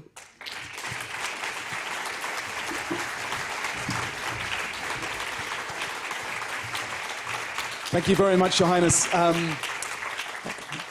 And thank you in particular for reminding us that, a lot of this work has been done before. This is our best ancestors worked out how to pass on the most important knowledge and skills to us, and part of our role is to be good ancestors ourselves, but also this sense that you gave us of the urgency, because young people, and you voiced so eloquently what they're telling us, if we don't move faster, they will seize their smartphones and just get on with making these changes happen. So thank you very much indeed for teeing up this next conversation. We've got a fantastic group here to take us through to lunch. I'm going to start with Sir Anthony Selden, who's the Vice-Chancellor of Buckingham University, but also formerly a pioneering headmaster and writer and thinker in this space. There is a rumor doing the rounds. I spoke to a Eurostar official this morning who said that on his way here, Anthony was doing a headstand on the Eurostar. So my question to you, Anthony, you've been in many of these conferences that Her Highness described. Do we need to do a headstand now? Is it evolution or revolution? How do we make this happen? Well, thanks, Tom. I mean, we're going to see, aren't we? But let's just begin, everybody, just by closing your eyes. Just close your eyes. And inhale through the nostrils. And exhale. Deep breath using all the lungs. And just once more, inhaling deeply, let go of the thoughts. And just come into the here and now. And can you stop talking and just exhaling gently. And just notice how you are. Just notice that already there's a subtle difference. We can't connect with children unless we are in that same still place of love and connection with them. So can I just ask a quick question? Now, all teachers will know this, but can I ask, how many of you have been school teachers for, say, more than 5 years? Hands up. Perhaps 10%. All my colleagues here who are school teachers will know what I'm about to say. If you want the kids to remember what you've said, do something special and different, okay?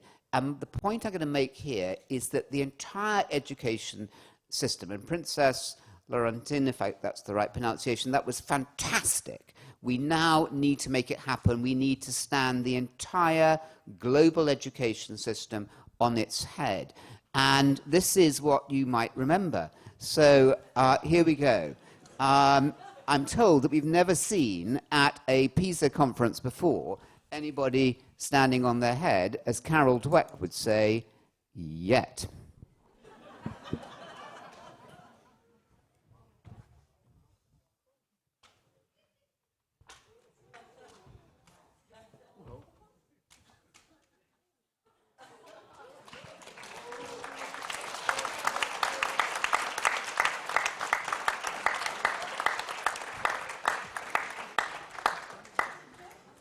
So I'm going to make 3 points very quickly, 3 points about why we need to stand on our heads. The first is that there is no more important body than PISA and OECD for changing what's going to happen in global education.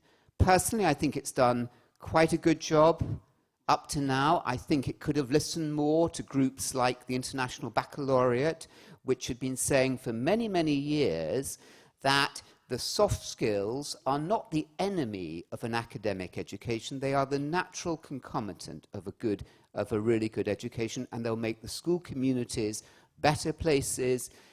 They'll help the young people at university, they'll help them at work, and they'll help them live in society. But even more important, they'll get better results. And so I think OECD has an extraordinary opportunity. So my point number one is it needs to accelerate. It's doing some really, really good things now.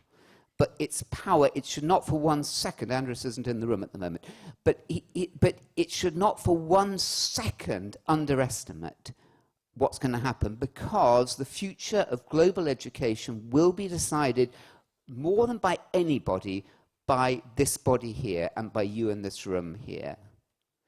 Accelerate, point one. Point two is broaden out. Warning here, I'm going to be rude about global education ministers. I mean, they're not bad people. I'm sure they don't beat their husbands and wives, but they are fundamentally stupid, and they know nothing about schools.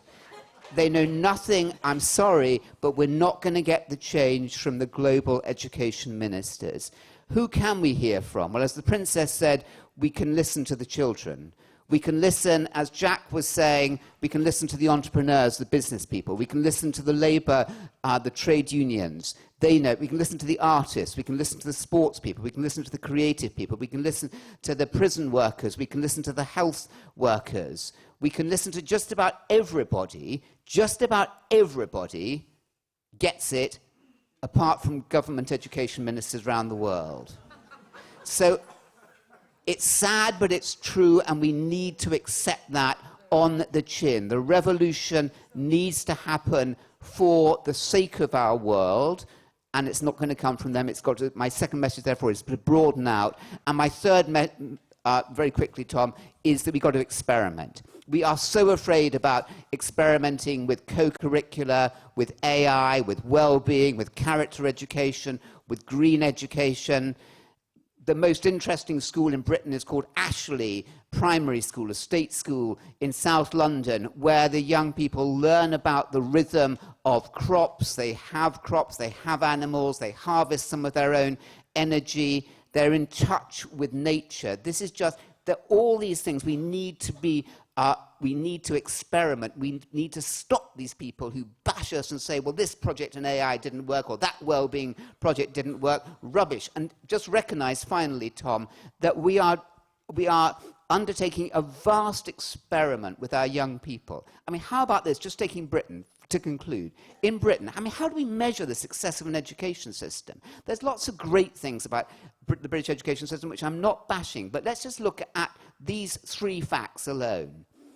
A third of our teachers leave after 5 years, beaten down by the dullness and the anonymity of the system. They come in with such high hopes, and many of those leaving are the best, the most sensitive, inspirational, caring, sensitive people.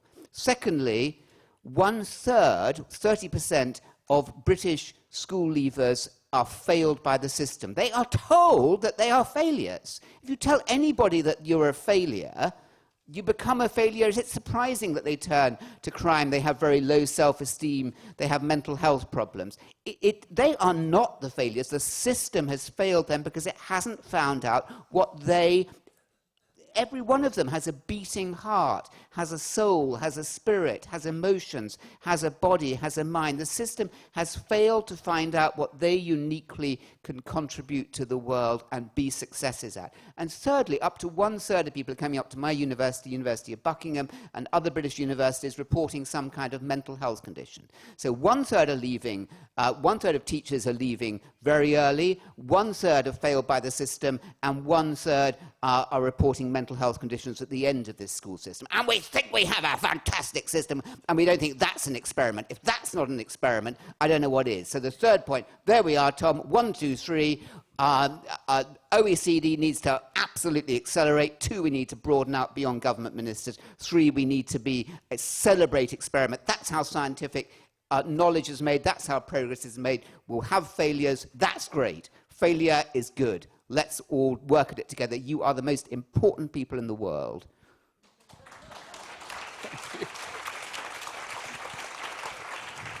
Thank you very much indeed, Anthony. Now, Vishal and John are now terrified. I'm going to ask them to interpret their comments through another piece of gymnastics.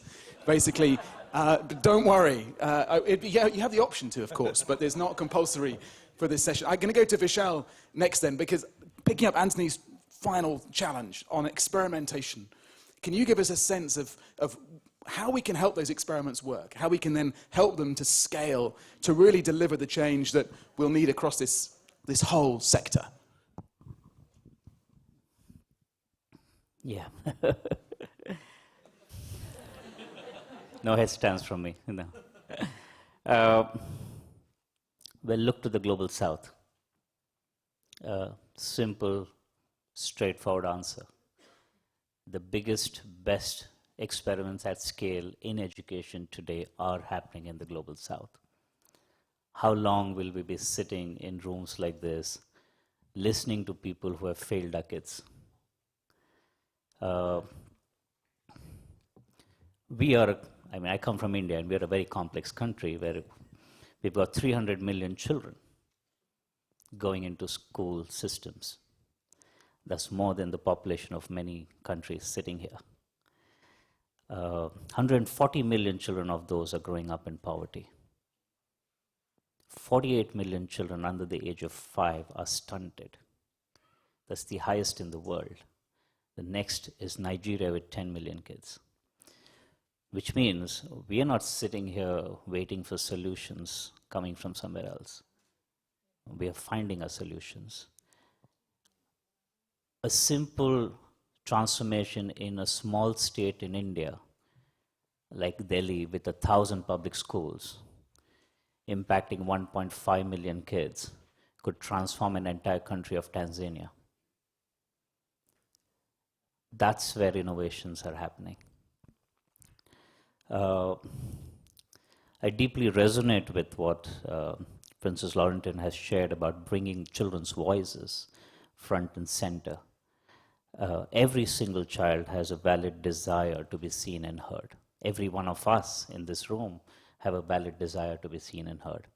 And when we do that, which we have done in India, education systems do transform. And I was thinking about this in the morning. We do the PISA test for 15-year-olds. Let me take you to a 15-year-old that I work with. For a 15-year-old growing up in a disadvantaged background in India, at the age of 15, you're making a choice about dropping out of school because you need to support your family financially. As a 15-year-old, as a girl, you've been told you no longer need to go to school, you need to stay at home and possibly get ready to get married. As a 15-year-old, you are living in a neighborhood where you could be picked up by a gang and thrown into a life of violence and substance abuse. As a 15-year-old, even if you're not part of a gang, you might be picked up by the cops because you look suspicious. A 15-year-old is not sitting and thinking how they're scoring on numeracy and literacy. For a 15-year-old, they're making life choices that could fundamentally change how their life pans out and the life of their family pans out. India has one of the highest rates of teenage suicides, and 1/3 of those are because of examination stress. I think last year it was about 23,000 young people who committed suicide because of examination stress. We're one of the probably few countries where a kid who gets 95% in their school leaving examination is considered a failure, because the cutoffs to get into any kind of professional university program today are at 98%. So we have reduced education to such an extent because we've lost, as an adult population, we've lost our vision, the expansiveness of what every young person can be. And we've reduced it to numeracy, literacy, and examinations. And yet young people are saying, you know what, whether you transform or not, I am transforming, and I'm taking on the future.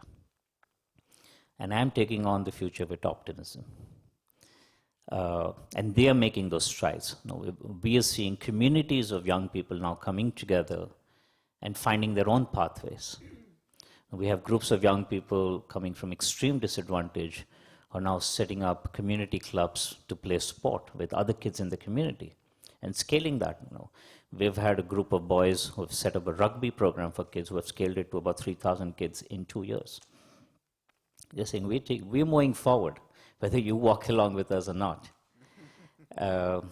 We had a bunch of young people who did tell an education minister in Delhi saying, I do not enjoy coming to school. My relationship with the school is that of fear. I'm scared of my teacher. And we luckily had a very good education minister. He did listen. And he said, okay, I want to shift this relationship. And he said, I want schools to be spaces, public schools to be spaces for children to feel happy and engaged. And he went on to build a vision of what we today have, what we today call a happiness curriculum.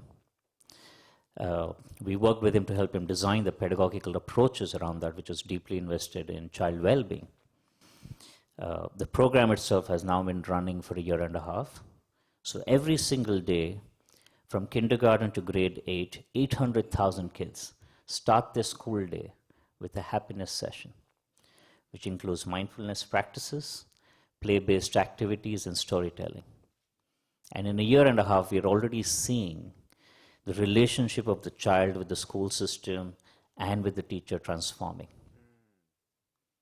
We're already seeing children now coming back and saying, I look forward to coming to school.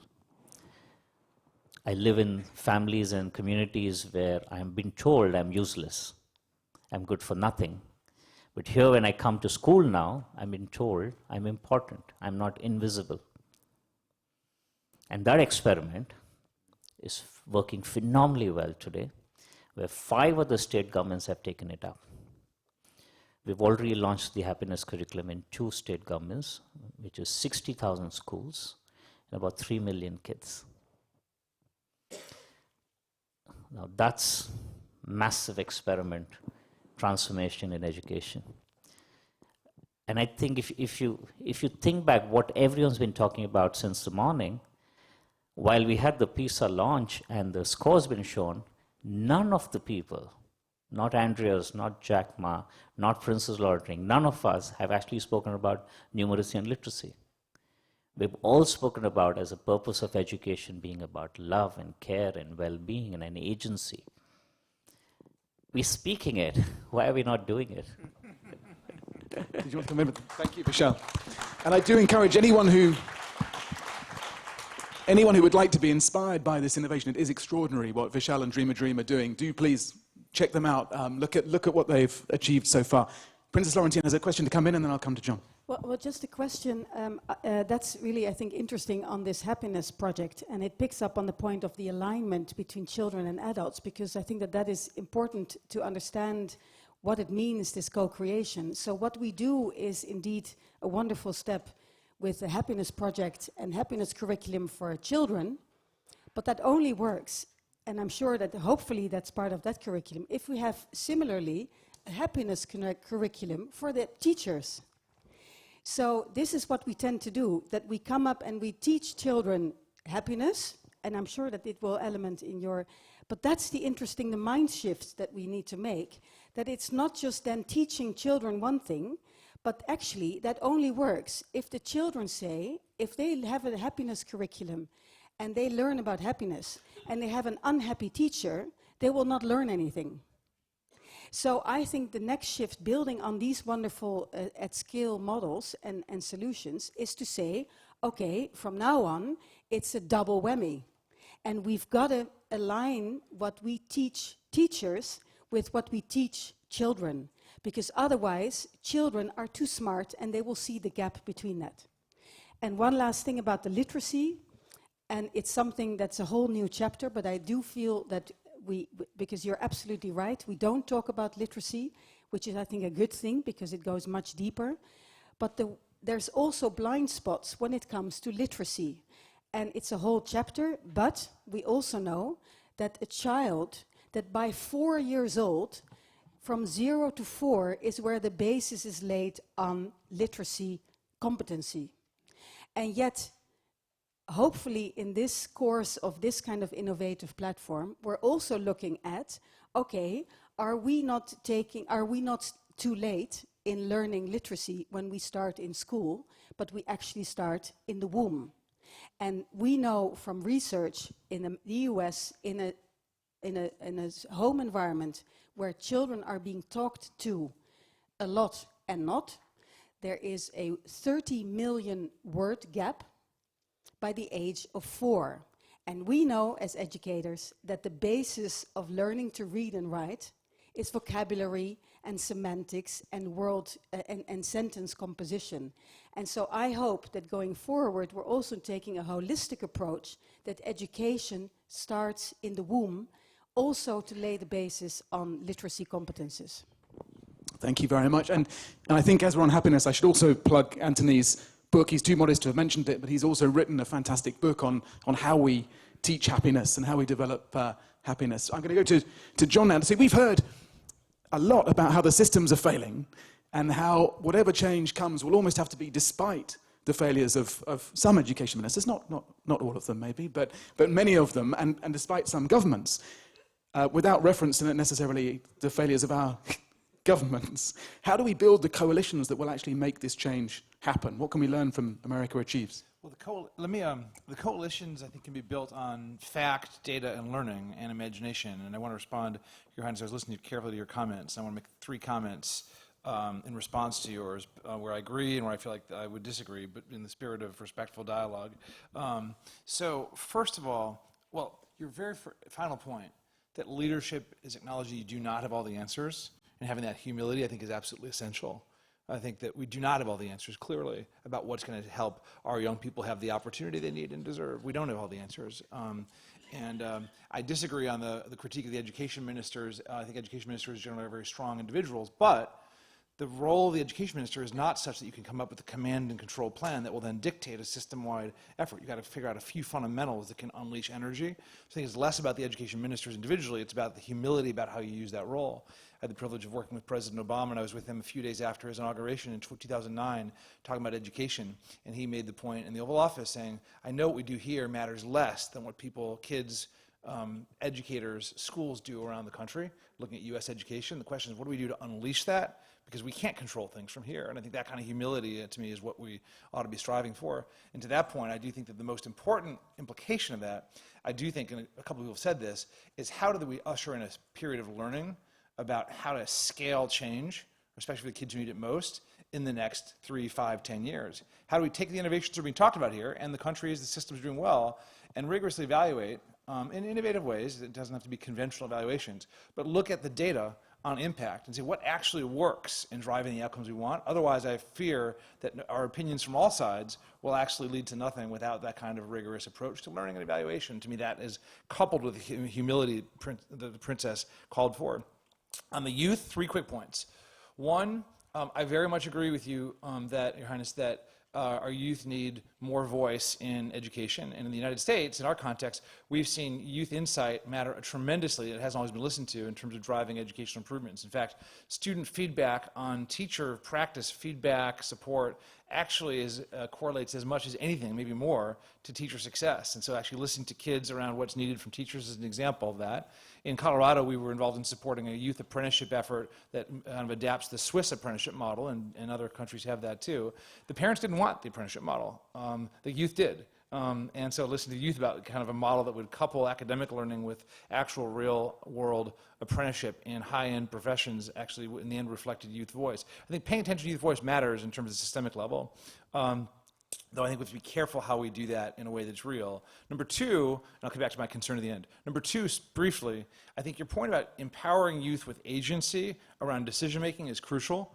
One of the projects we've supported in incubation called Grip Tape is trying to create an evidence base around what it takes for kind of a radical empowerment of student agency to drive their own learning. And I would say in the first few years of Grip Tape, there have been some real insights. And with just very briefly, what I would say is the purpose is right. The method needs to be as systemic as anything we would apply toward literacy or numeracy. That there's too much risk that people say, oh yeah, let's let youth drive their own learning, have agency. And then it leads to kind of activity without actual guidance and purpose. And in that work so far, there have been lessons learned about having students take on projects that are deeply meaningful to them, that they have a sense of deep internal commitment to, that the adults play a very significant role, a different role, in terms of creating the context, the challenge, the feedback, the pushing, so that students actually can do that. The role of the adults becomes actually more important, and the way in which we support adults to play that role becomes more important. And I do fear that sometimes when we talk about youth agency, that it'll become just empowering kids to do whatever they want in the moment without, and that's not what you're saying, but I think that we need to figure out how to systemically equip adults and measure progress in something like agency and support and drive that. Third point I would say that I hear a bit from this panel is I do think we have to remember this has to be a both and. I think if we don't focus on the core dimensions of literacy and numeracy and science and history, I know most people wouldn't advocate that, but there's a risk that we're misunderstanding this here. When Andreas presented earlier that 1 in 10 young people in the world can distinguish fact from fiction based on implicit cues, the fact that the United States is one of 5 or 6 countries that was better than that with 1 in 7 doesn't make me feel better. We are in an era where actually we'll be able to read critically, distinguish fact from fiction, for example, is crucial. And if we don't figure out how to learn from the systems globally that are, and the schools, for example, that are really driving dramatic improvements in that kind of literacy and ability to use math to solve problems, we won't have any prayer of actually addressing issues like climate change or other issues that we want to empower our youth to. So do you think the question is how do we systemically, no, it's challenging, it's a both and. They have core academics in a systematic way measured by assessments like PISA Better and Better, and driving the kind of agency and social skills and cognitive collaboration skills that go beyond that. And I guess my closing point is that's hard. And so we all need to, it's on all of us to figure out how do we keep on innovating, measuring, so we come back 3, 6, 9 years from now and actually bring more data about what's working to scale each of those. Otherwise, our kids, especially our kids who need it most, and our societies are going to be in trouble. Thanks, John.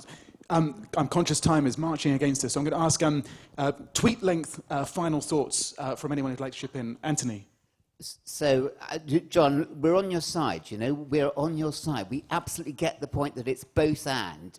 You know, we all here are deeply committed to core academic values and improvement in maths and science, in reading, absolutely as the bedrock. We're just saying that there are other things on top of that that will also allow those results to improve, but also turn out better adjusted human beings, happier teachers who'll stay in schools, less mental health problems, better citizens, better employment, better societies. So we're all on the both and bus. You and me, John, and everybody. Agreed. Agreed. Michelle? Agreed. Agreed. I think the simple call to action with Her Royal Highness already said, listen to young people, co-create education systems with them, create education systems that are co-owned. Brilliant. Thank you very much. Well, just 3 points. One is all about KPIs. What are we judging our teachers and our school directors on? The second point is, indeed, I fully agree, and this is why I really try to make that point about how complicated co-creation is, because it is about the systemic change, and it's about fundamentally redesigning, and not just here and there. So I fully agree also with the quality, and that has to do with these processes. And the final point, and I think just to reiterate, I think we're all indeed not just about harmonious dialogue, but I think in agreement, it's about and. But the same rigidity in this educational approach that we apply to the content is the same rigidity about that we don't have preventive mechanisms.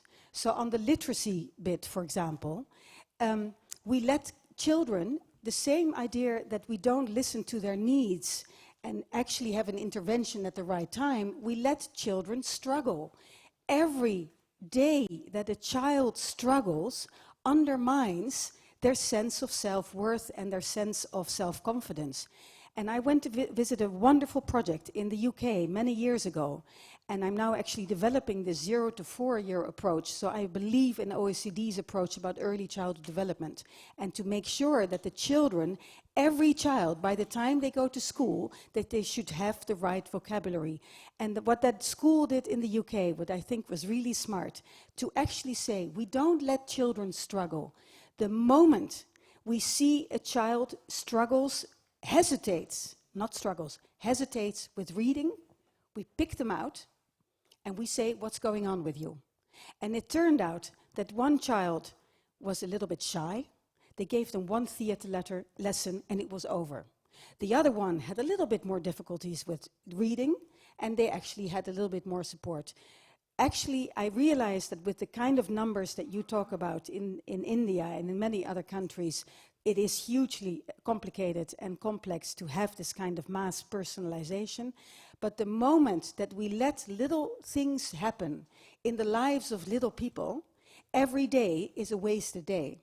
So on the and bit, I also believe that we should move the interventions at the right moment and not let it linger, because then they're lost. And then we will get and the literacy skills and the mathematics skills and the science skills and all the other creative skills that we so desperately need. Thank you. So I hear some stomachs starting to rumble now. A plug for this afternoon. We'll be splitting into 2 groups. Anyone who would like to stay in here in the auditorium, Tian will lead a conversation about skills and what business is looking for in the future of education.